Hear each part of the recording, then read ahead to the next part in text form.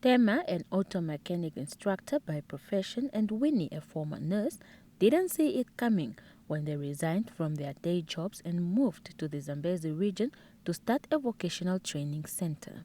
Their big dream did not come to fruition, and they moved back to the city, where they stayed in a guest house. That was, however, short-lived because the Tapiso, aged 41 and 37, could not keep up with the rent, and they were eventually thrown out onto the streets. They now call themselves the activists for the homeless people. We went through the harsh, unforgiving condition, really, of homelessness.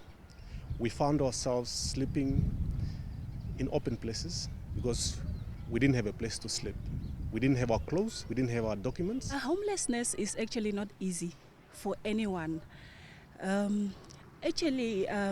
Through this experience, I've actually learned that I did not know how strong I am until being strong was the only thing that I have to actually live by to survive homelessness. So I've actually became resilient. I became to actually be aware of my surroundings, to know that seriously there are people out there who are homeless, who are vulnerable, who really need the support of our fellow Namibian.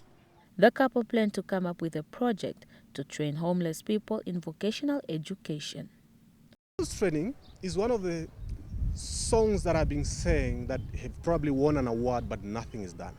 So we are reaching out business people, we are reaching out to the government, we are reaching out if you have means, really. We are calling you out. Should they get the support, homeless people such as 27-year-old Maybe Chipoza will benefit. Chipoza is a resident of the Katutura Youth Center who migrated to Windhoek in search of a better life, but things didn't work out for him. They approach us whereby they want to help us. They want to teach us, to give us knowledge, to share a skill whereby we can be able to help ourselves. So we need help, and it's the help that we need, one of them will come from them.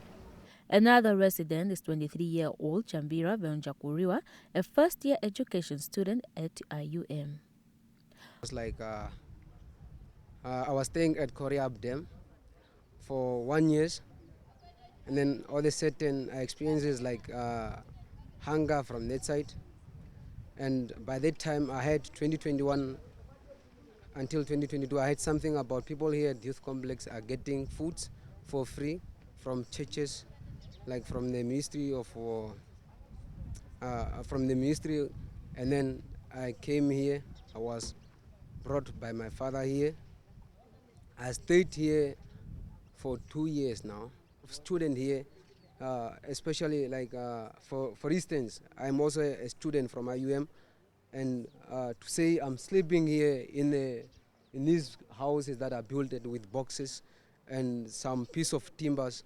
So sometimes it's very difficult for us, mostly students, to study because. Hopeful for the future, the Tapiso couple now has a place to stay until end of this month. And where to next? No one knows. Juliana Fuka, NBC News, Windhoek.